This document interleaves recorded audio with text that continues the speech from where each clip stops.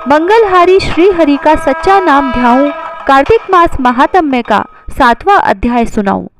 नारद जी ने कहा, हे राजन, कार्तिक मास में व्रत करने वाले नियमों को मैं संक्षेप में बतलाता हूँ, उसे आप सुनिए। व्रती को सब प्रकार के आमिष, मांस, उड़द, राई, खटाई तथा नशीली वस्तुओं का त्याग कर देना चाहिए। व्रती को दूसरे का अन्न ग्रहण नहीं करना चाहिए, किसी से द्वेष नहीं करना चाहिए और तीर्थ के अतिरिक्त अन्य कोई यात्रा नहीं करनी चाहिए। देवता, वेद, ब्राह्मण, गाय, व्रती, नारी, राजा तथा गुरुजनों की निंदा भी नहीं करनी चाहिए। व्रती को दाल, तिल, पकवान व दान किया हुआ भोजन ग्रहण नहीं करना चाहिए। किसी की चुगली या निंदा भी नहीं करनी चाहिए। किसी भी जीव का मांस नहीं छूना चाहिए। पान, कत्था, चूना, नींबू, मसूर, बासी तथा जूठे अन्न का भी प्रयोग नहीं करना चाहिए। गाय, बकरी तथा भैंस के अतिरिक्त अन्य किसी पशु का दूध नहीं पीना चाहिए। कांस्य के पात्र में रखा हुआ पंचगव्य, बहुत छोटे घड़े का पानी तथा केवल अपने लिए ही पका हुआ अन्न प्रयोग करना चाहिए।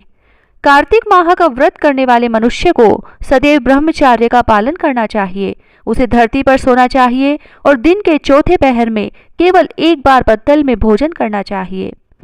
व्रती कार्तिक माह में केवल नरक चतुर्दशी, जिसे छोटी दिवाली भी कहा जाता है, के दिन ही शरीर में तेल लगा सकता है।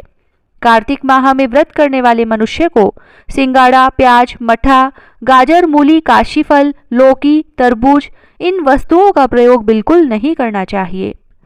रजस्वला, चांडाल, पापी, मल्लेच्छ, पतित, व्रतहीन, ब्राह्मण द्रोही और नास्तिकों से बातचीत नहीं करनी चाहिए। भगवान विष्णु को प्रसन्न करने के लिए अपनी शक्ति के अनुसार चंद्रायण आदि का व्रत करना चाहिए और उपयुक्त नियमों का पालन करना चाहिए। व्रती को प्रतिपदा को कुम्हड़ा, द्वितीया को कटहल, तृतीया को तरुणी स्त्री, चतुर्थी को मूली, पंचमी को बेल, षष्ठी को तरबूज, सप्तमी को आंवला, अष्टमी को नारियल, नवमी को मूली, दशमी को लौकी, एकादशी को परवल, द्वादशी को बेर, त्रयोदशी को मट्ठा, चतुर्दशी को गाजर तथा पूर्णिमा को शाक का प्रयोग नहीं करना चाहिए। रविवार को आंवले का प्रयोग नहीं करना चाहिए। कार्तिक माह में व्रत करने वाला मनुष्य यदि इन शाकों में से किसी शाक का सेवन करना चाहे तो पहले ब्राह्मण को देकर ग्रहण करे, और यही विधान माघ माह के व्रत के लिए भी है। देवोत्थान एकादशी में पहले कही विधि के अनुसार नृत्य, जागरण, गायन, वादन आदि करना चाहिए। इसको विधि पूर्वक करने वाले मनुष्य को देखकर यमदूत ऐसे भाग जाते हैं जैसे सिंह की गर्जना से हाथी भाग जाते हैं। कार्तिक माह का व्रत सभी व्रतों में श्रेष्ठ है। इसके अतिरिक्त जितने भी व्रत यज्ञ हैं वह 1000 की संख्या में किए जाने पर भी इसकी तुलना नहीं कर सकते, क्योंकि यज्ञ करने वाले मनुष्य को सीधा वैकुंठ की प्राप्ति होती है। जिस प्रकार राजा की रक्षा उसके अंग रक्षक करते हैं, उसी प्रकार कार्तिक माह का व्रत करने वाले की रक्षा भगवान विष्णु की आज्ञा से इंद्रादि देवता करते हैं।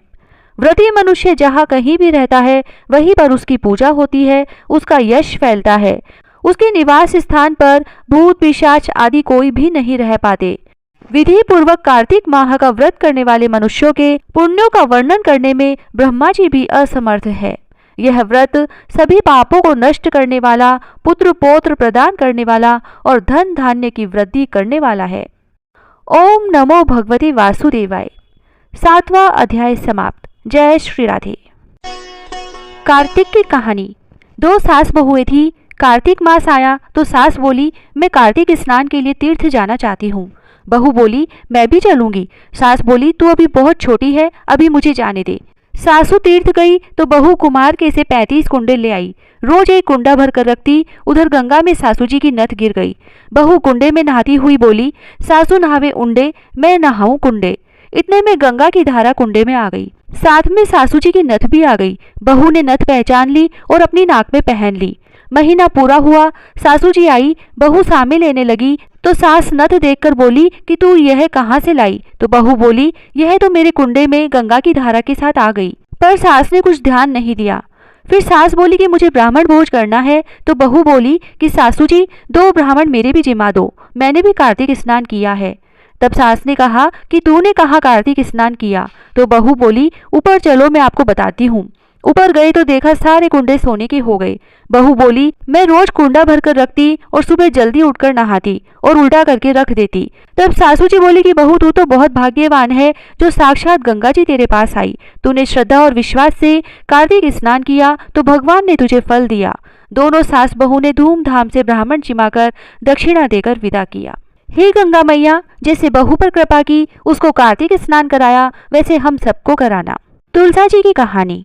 कार्तिक के महीने में सब कोई तुलसा माता को सींचने जाती। सब कोई तो सींच के आ जाती, पर एक बुढ़िया माई आती और तुलसा माता से रोजाना कहती, तुलसा माता सत की दाता, मैं बिड़ला सींचू तेरा, तू कर निस्तारा मेरा।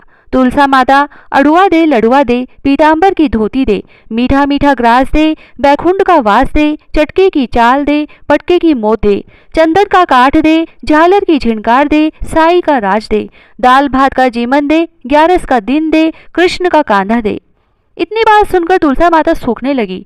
भगवान ने पूछा कि तुम्हारे पास तो इतनी औरतें आती हैं, तुम्हें जिमाती है, गाती हैं, तो भी तुम कैसे सूखने लगी। तुलसा माता ने कहा कि एक बुढ़िया माई आती है जो रोजाना इतनी बात कहकर जाती है। मैं और तो सब कुछ दे दूंगी, पर आप कृष्ण जी का कांधा कहाँ से दूंगी। थोड़े दिन बाद बुढ़िया माई मर गई। सब कोई उसको उठाने लगे, पर वह इतनी भारी हो गई कि उठे ही नहीं। सब कोई कहने लगे कि पाप घाट की माला फेरती थी जिससे इतनी भारी हो गई। भगवान बूढ़े ब्राह्मण का रूप धारण करके आए। सबसे पूछने लगे कि इतनी भीड़ क्यों हो रही है। सब बोले, एक बुढ़िया मर गई है, पापनी थी, इसीलिए किसी से नहीं उठती। तब भगवान बोले कि इसके कान में मुझे एक बात कहने दो तो यह उठ जाएगी। सबने कहा, तू भी अपने मन की निकाल ले। भगवान ने जाकर उसके कान में कहा, बुढ़िया माई तू बिड़ला सींचे मेरा, मैं करूँ निस्तारा तेरा। बुढ़िया माई अड़ुआ ले गड़ुआ ले, पीताम्बर की धोती ले, पटके की मोद ले, मीठा मीठा ग्रास ले, बैकुंठ का वास ले, चटके की चाल ले, चंदन का काठ ले, झालर की झिनकार ले, साई का राज ले, दाल भात का जीमन ले, कृष्ण का कांधा ले। इतना सुनते ही बुढ़िया माई हल्की हो गई। भगवान उसे कांधे पर ले गए और उसकी मुक्ति हो गई। हे तुलसा माता, जैसा उसकी मुक्ति करी ऐसा हमारी करियो, जैसा उसको कांधा दिया वैसे सबको दियो। पीपल पथवारी की कहानी। एक गुजरी थी, उसने अपनी बहू से कहा कि तू दूध दही बेच के आ। वह बेचने गई तो रास्ते में औरतें पीपल पथवारी सींच रही थी। उनको सींचता देखकर बहू ने पूछा कि तुम यह क्या कर रही हो। औरतें बोली कि हम पीपल पथवारी सींच रही हैं, इससे अन्न और धन होता है, 12 वर्ष का बिछड़ा हुआ पति मिल जाता है। बहू बोली, ऐसी बात है तो तुम तो पानी से सींचती हो, मैं तो दूध से सींचूंगी। अब तो गुजरी बहू रोजाना दूध दही बेचने ही नहीं जाती, वह रोजाना दूध तो पीपल में और दही पथवारी में सींचती। सास दूध दही का दाम मांगती तो कह देती कि महीना पूरा हो जाने पर दे दूंगी। कार्तिक का महीना पूरा हो गया, पूनम का दिन आया। बहू पीपल पथवारी के पास जाकर बैठ गई। पथवारी ने पूछा कि तू मेरे पास क्यों बैठ गई। तब बहू बोली कि सासू दूध दही का दाम मांगेगी। पीपल पथवारी बोली कि मेरे पास क्या दाम रखा है, ये भरा डिंडा पान पतुरा है, इसको ले जा। बहू ने वही ले जाकर कोठरी में रख दिया और डर के मारे कपड़ा ओढ़कर सो गई। सासू बोली कि बहू पैसे ला। बहू बोली कि कोठरी में रखा है। सासू ने कोठरी खोल के देखी तो हीरा मोती जगमगा रहे हैं। सासू बोली कि बहू इतना धन कहाँ से लाई। बहू ने आकर देखा तो सच्ची में ही धन भरा हुआ है। बहू ने सासू को सारी बात बता दी। सास ने कहा कि अब की कार्तिक में मैं भी पथवारी सींचूंगी। कार्तिक आया, सास दूध दही तो बेचकर आ जाती और हांडी धोकर पीपल पथवारी में चढ़ा देती। आकर बहू से कहती कि मेरे से दाम मांग। तब बहू कहती, सासू जी कोई बहू भी दाम मांगती है क्या। पर सासू कहती कि तू मांग। बहू बोली कि सासू जी पैसे लाओ, तो वह पीपल पथवारी के पास जाकर बैठ गई। पीपल पथवारी ने सासू को भी पान पतूरा भरा डिंडा दे दिया। उसने वही ले जाकर कोठरी में रख दिया। बहू ने खोलकर देखा तो उसमें कीड़े मकोड़े बिलबिला रहे हैं। बहू ने कहा, सासू जी यह क्या है। तब सास ने आकर देखा और बोलने लगी कि पीपल पथवारी तो बड़ी दोगली पटपीटन है, इसको तो धन दिया और मुझको कीड़ा मकोड़ा दिया। तब सब कोई बोलने लगे कि बहू तो सत की भूखी सींचे थी, तुम धन की भूखी सींची। हे पथवारी माता, जैसा बहू को दिया वैसा सबको देना, जैसा सास को दिया वैसा किसी को मत देना। लपसी तपसी की कहानी। एक लपसी था, एक तपसी था। तपसी तो भगवान की तपस्या करता। लपसी रोजाना 1.25 सेर का हलवा बनाकर भगवान को भोग लगाकर टाली हिलाकर जीम लेता। एक दिन दोनों में झगड़ा हो गया। लपसी बोला मैं बड़ा, तपसी बोला मैं बड़ा, क्योंकि मैं भगवान की तपस्या करता हूँ। नारद जी बोले कि तुम्हारा फैसला मैं करूंगा। दूसरे दिन तपसी नहाकर आने लगा तो नारद जी ने 1.25 करोड़ का मुंदड़ा तपसी के आगे गिरा दिया। उसने आंख खोलकर देखा तो मुंदड़ा पड़ा था। उसने उठाकर पैर के नीचे दबा लिया और तपस्या करने लगा। उधर लपसी ने सवा सेर का हलवा बनाकर भगवान को भोग लगाकर टाली हिलाकर जीम लिया। इतने में नारद जी आए और दोनों को अपने पास बैठाया। दोनों पूछने लगे कि कौन बड़ा है। नारद जी ने लपसी से कहा कि अपना पांव हटा। पांव हटाते ही मुंदड़ा निकला। तब नारद जी बोले कि मुंदड़ा चुराने से तेरी तपस्या भंग हो गई है, इसीलिए लपसी बड़ा है। तपसी कहने लगा कि मुझे मेरी तपस्या का फल कैसे मिलेगा। नारद जी बोले कि तेरी तपस्या का फल कार्तिक नहाने वाली देंगी। सब कहानी कहकर तेरी कहानी नहीं कहेंगी तो कार्तिक का फल तुझे हो जाएगा। धोती देकर अंगोछा नहीं देंगी, सीधा देकर दक्षिणा नहीं देंगी, ब्राह्मण चिमाकर दक्षिणा नहीं देंगी, दीवा चासकर हाथ न जोड़े तो तेरा पुण्य होगा। कपड़ा देके बटन न लगावे, दाहिने हाथ नाड़ा बांधे तो सबका फल तुम्हें हो जाएगा। और इतना कहकर नारद जी चले गए। लपसी को फल लपसी ने हो जो, तपसी को फल तपसी ने हो जो, माँ की कथा कहानी को फल माँ ने हो जो। विनायक जी की कहानी। एक बुढ़िया माई थी। वह मिट्टी के गणेश जी की पूजा करती थी। वह मिट्टी के गणेश जी रोज बनाती, रोज गल जाते। सामने एक सेठ का मकान बन रहा था तो वह वहां जाकर बोली कि पत्थर का गणेश बना दो। मिस्त्री बोले जितने में हम तेरा पत्थर का गणेश गढ़ेंगे उतने में अपनी दीवार न चीनेंगे। बुढ़िया बोली कि राम करे तुम्हारी दीवार टेढ़ी हो जाए। अब उनकी दीवार टेढ़ी हो गई। वो बनावे और ढा देवे, बनावे और ढा देवे। इस तरह करते करते शाम हो गई। शाम को सेठ आया और उसने कहा आज कुछ भी काम नहीं किया। तो मिस्त्री कहने लगे कि एक बुढ़िया आई थी, वो कह रही थी कि मेरा पत्थर का गणेश गढ़ दो। हमने नहीं गढ़ा तो उसने कहा कि तुम्हारी दीवार टेढ़ी हो जाए, जब से दीवार सीधी ही नहीं बन रही। सेठ ने बुढ़िया को बुलवाया और कहा कि हम तुझे सोने का गणेश मढ़ देंगे, हमारी दीवार सीधी कर दो।